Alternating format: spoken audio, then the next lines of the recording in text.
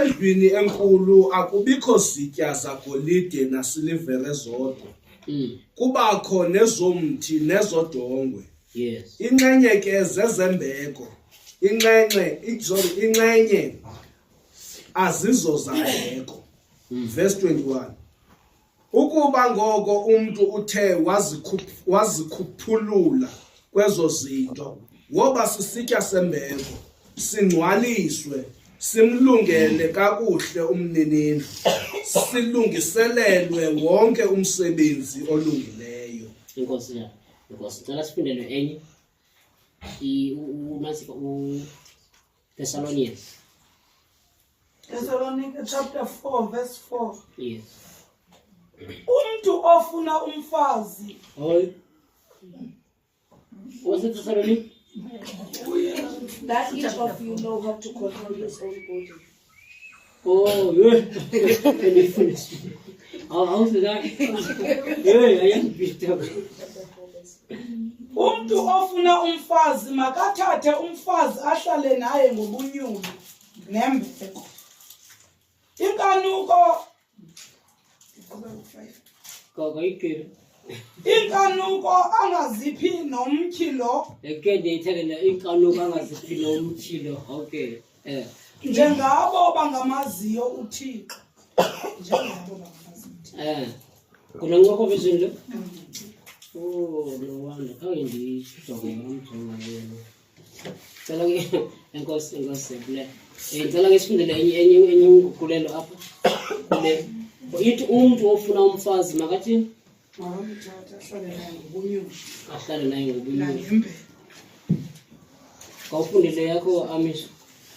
That each of you know how to control his own body in holiness and honor, being available for God's purpose and separated from things profane. Oh, yeah, gonna believe there's moving now. You can go to NIV, tell us NIV. Verse 4. Yes. Not in passionate lust like that. Oh, that each of you will learn to control your own body in a way that is holy and honorable. Each of you, it is that each of you should learn how to control your own body.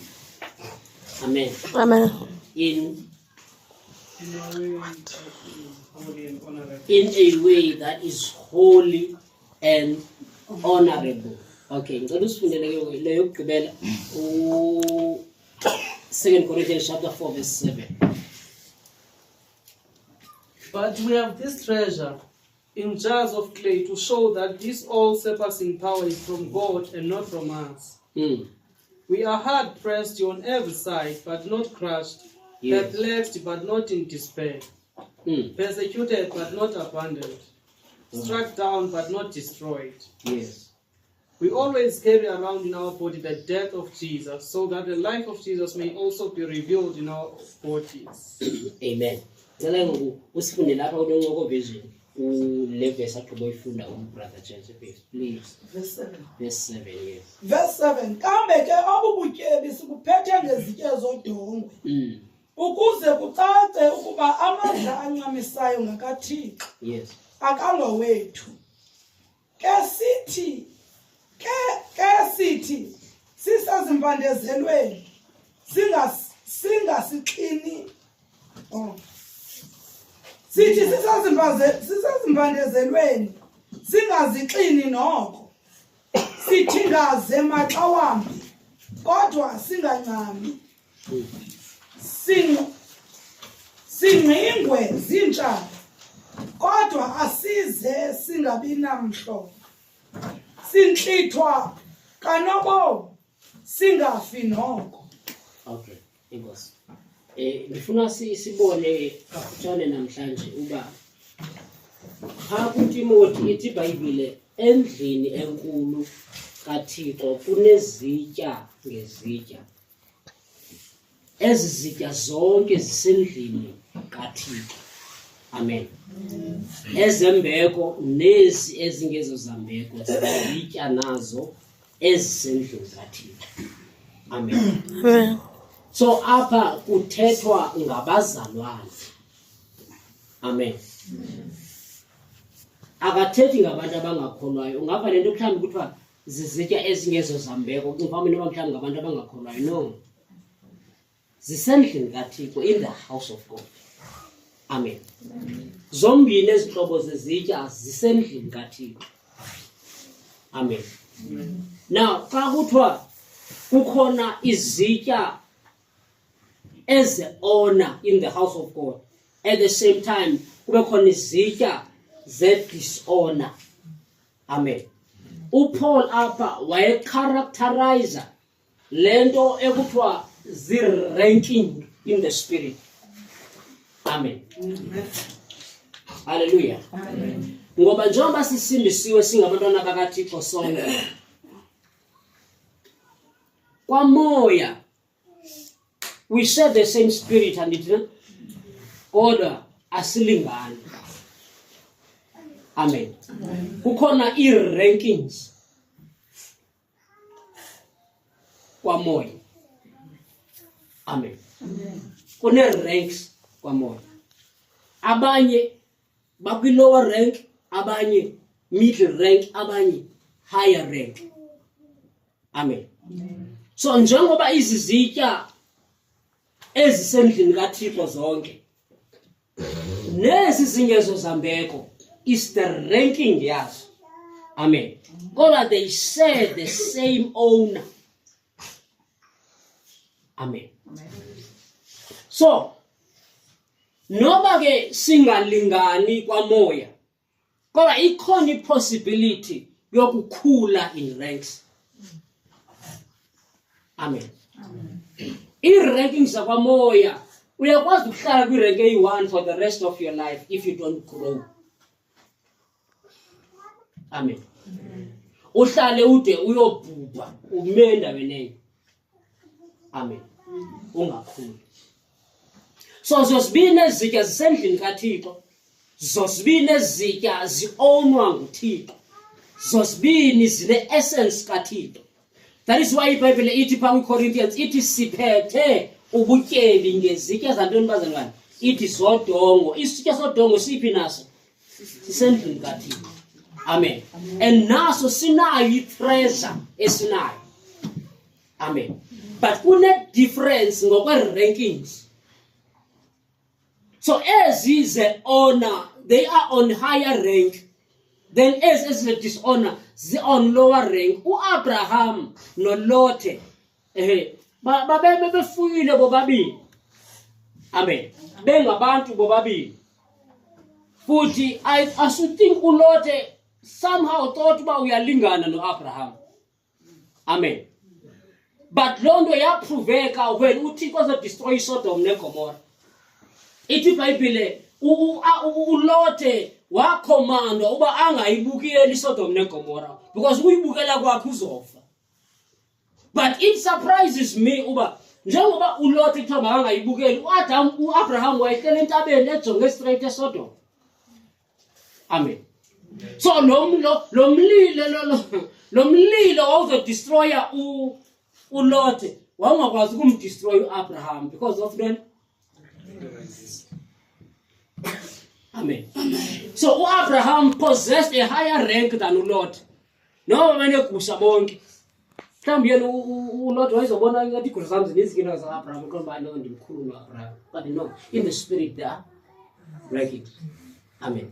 So i-rank Abraham yenza uba i-command ethi uzofa xa ubone iSodom ingam-affect yena because of i-rank yakhe. Amen. Amen. Hallelujah. So yenye into ezibalulekileyo ebomini lento ye-ranks. Amen. Hallelujah. I-ranks they do increase. Kanye ziyakhula. Kuyevakala bazalwane. But it takes some effort. There are things you need to do to increase your rank. Amen. Now, a lazy person, umuntu lazy, kwizinto zakamoya ngeke akwazi increase his rank in the spirit. Amen. Amen. Hallelujah. So ithi iBhayibhile siphethe obubutyebi ngezitya zodongwe ukuze incamisa yamandla ingabi kuthi kodwa ibe kuThixo. Amen. Ithi ngosiyabandezelwa kodwa asigqitywa. Amen. So nazo izitya zodongwe zinobutyebi ezinabo ezibuphetheyo. Ngoba nazo sisendlini enkulu kaThixo. Amen. Zine access yoba nazo zingakwazi uba zibe zizitya zembeko. Kodwa kune effort efanele ziyenze iBhayibhile itshilithe uba ubani ke uyazikhwebula kwezi zinto. Amen. Uzokwazi uba abe sisitya sembeko esilungele umninindlu ukuze asisebenzise ngexesha elifanelekileyo. Amen. Ithi iBhayibhile masikwazi to control our bodies. Ngethanda inyuvesi ithi how to control your vessel, because umzimba wakho is a vessel. Amen. Amen. So if you cannot control umzimba wakho, awusozukwazi uba yi-vessel ye-honor. Amen. Yonke lento ebendiyithetha it's a introduction yale nto ndithetha ngayo. Amen. Kufuneka ukwazi ukuzikontrola xa ufuna uba sisitya sembeko. Amen. Izinto ofanele uzikontrole ukuze besisitya sembeko. Ube uyabhala ngayibhala number 1 is your appetite. Amen. Appetite. It's very important to control your appetite. Amen. Loo nto le ifuna uyi-exercise even nakwizinto ezilungileyo ezingesosono. Yayiva ni? Kukhona naba ubamba andimkhalela KFC namhlanje. Beba ukuthi hayi xa ungumfumana uthaba ku. Amen. Uyabona namhlanje exercise into control your appetite. Awuzufumana kwa KFC namhlanje sambona ngimini. Amen. You're teaching umzimba wakho ukuba ube submissive. Amen. Ngoba uba uthe xa ukhaya KFC waxhuma wayomthenga umzimba uzoyiqhela nomzimba uyayiqhela yonke into oyenzayo uyayiqhela umzimba lo. Amen. And apha usithi yonke into oyirhalelayo uyayinika, yonke into oyifunayo uyayinika. Kanti you need to teach uthi Paul ndiyawusuppressa umzimba wami ndiwenze uba uthobele. Amen. Udathi Paul ndingathi sendisumayele kangaka kodwa ndibe ngumlahlelwa ngaphandle. Uyayibona uba into engamlahlelisa ngaphandle uyayazi uba ngumzimba. Amen. Uyayazi uPawulos uba ubumzimba wami ndingawuvumela wenze yonke into ofuna uyenza ndingalahlelwa ngaphandle. Amen. So you need to control your appetite. Amen. Food appetite, sexual appetite. Amen. Uyicontrol. Ngoba xa ungakwazi ukuyicontrola loo nto awusoze uye ndawo noThixo. Amen. Hallelujah.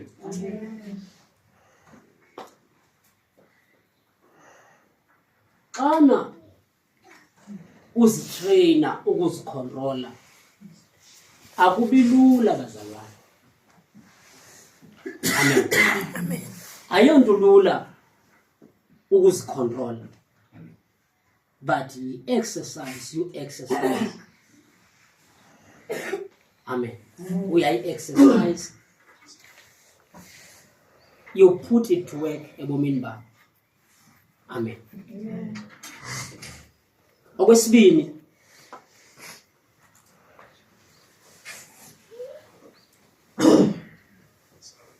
enye into efanele ufunde ukuyicontrola okanye uyifundise ukuyicontrola ngamehlo akho. Amen. Ibalulekile into esiyibonayo singabazalwane. Amen. Kubalulekile to check uba yintoni oyijongayo. because ezinye izinto esizijongayo zizo eziye zi-energize i-last.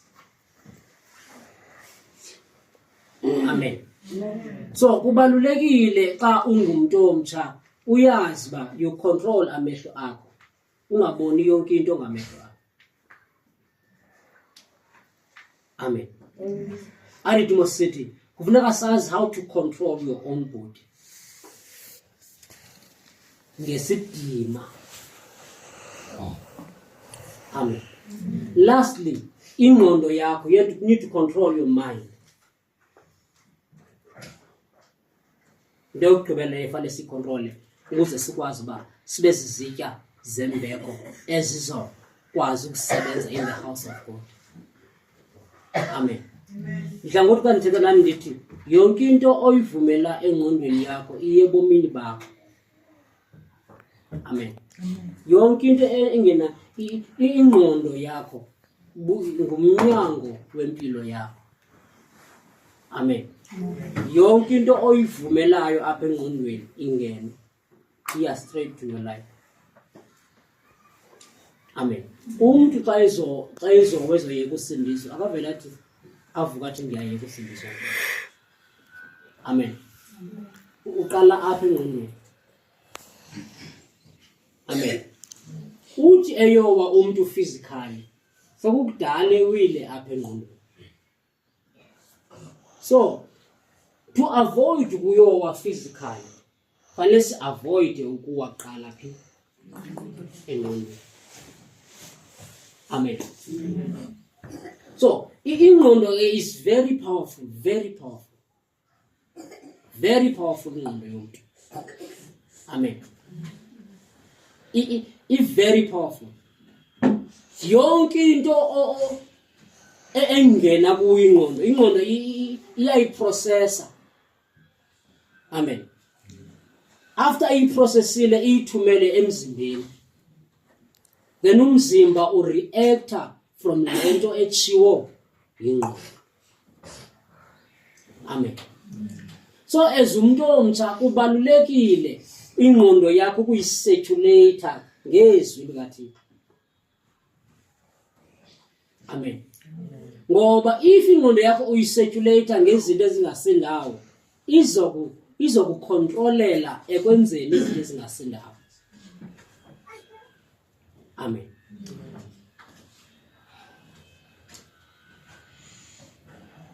Njengoba nisithi ke ingqondo yakho ingumnyango wobomi bakho, isho ukuthi impilo yakho ukuze impilo yakho ihambe right, you have to think right. Amen. Because ukucinga kabuhle kwenza ukholwe kanye ubelieve right. Amen. Ukucinga i-wrong thinking izala i-wrong believing. Amen. Once i-mentality yakho ibe wrong, nokukholwa kwakho kuzoba wrong. Amen. So xa ufuna ukukholwa right, cinga right. Ithi iBhayibhile zonke izinto ezilungileyo, zonke izinto ezinodumo oluhle, zonke izinto ezingcwele, ithi ke ngokucingani ngezo zinto. Amen. So it's very important bazalwane bami. Njengoba ndiyithetha ngoku, ingangathi ayina effect okanye ayenzi mahluko, but believe me, it's very important indlela ocinga ngayo. Amen. Ibalulekile indlela ocinga ngayo njengomzalwane. I-negative thoughts azizungafiki. Amen. Kodwa into ebalulekileyo sukuziprocessa i-negative thoughts in your life. Amen. Ngoba once uziprocesse, they will affect umzimba wakho. Of which umzimba ngiloko ayitempile yokuhlala uThixo. Amen. So ifuna lento uyitrain ingqondo yakho ukuprocessa ukucinga izinto eziright nezilungileyo. Uyayitrain wena. Amen. Loo nto leyo, it takes time. Ayivele into yanamhlanje ngoba sibe sokwazi ukucinga right positive. Uyenza lento on daily basis.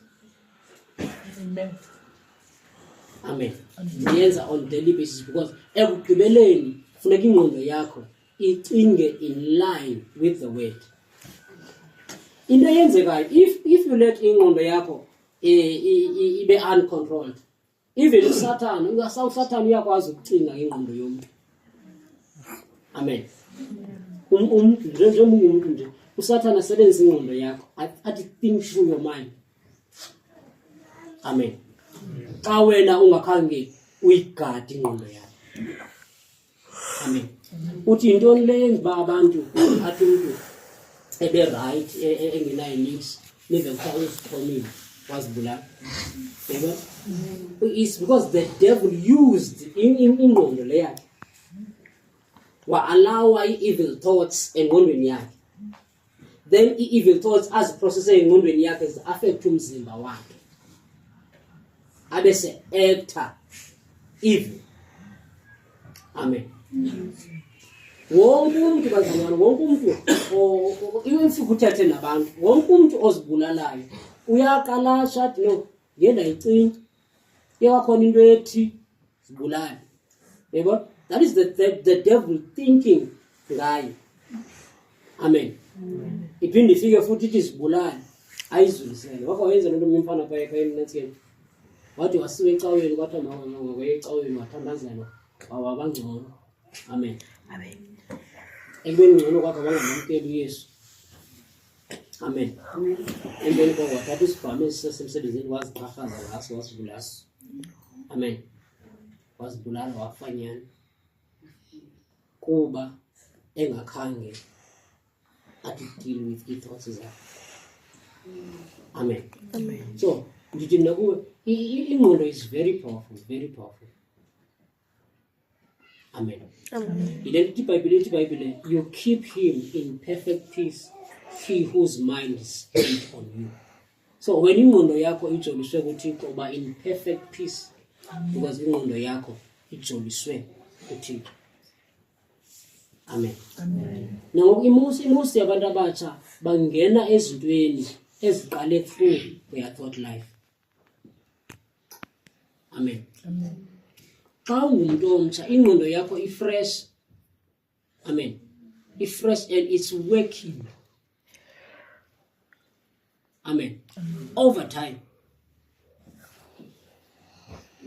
Amen. Amen. So you need infiltrate ingqondo, infiltrate, uyinyanzele izinto eziright.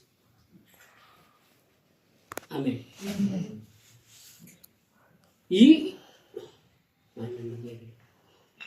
Yiyo lento ufumanisa ba umuntu ulele but umzimba awulelanga. Amen. Amen. I'm telling you. It's because of a thought life.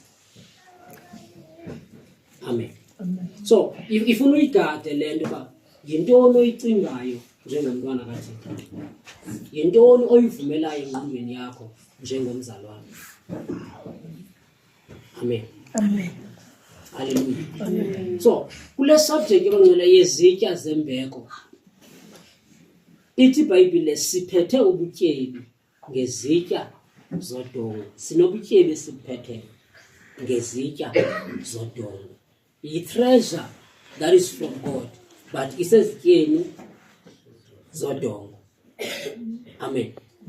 So noba ezitya zodongo zibukeka ngathi kula context kaPaul dishonorable, azina honor, kodwa siphethe ubutyebi naso, sinobutyebi eziphethe. Lento benditsho kundithi zonke izitya zisendlini kaThixo zi-ownwa nguThixo, zonke zinomsebenzi zonke. Kodwa ifocus yethu is to be izitya zembeko. Amen. Of which ukuze si-achieve loo nto iBhayibhile isixelela ngoba funeka sizikhwebule, siphile impilo epure ukuze sikwazi uku-achieve ukuba sibe zizitya zembeko. Amen. Sasa sime ngenyawo sizothandaza. Le nto siphume nayo namhlanje yileyo ba if we cannot control i-appetite yethu ngeke sikwazi yandawo nothixo. If asikwazi ukucontrola i-thought life yethu sizoba ngamaxhoba wezinto esingafanelanga uba maxhoba kuzo ngenxa yongakwazi ukucontrola i-thought life yethu. Ngicela ke sibonge sonke egameni likaYesu.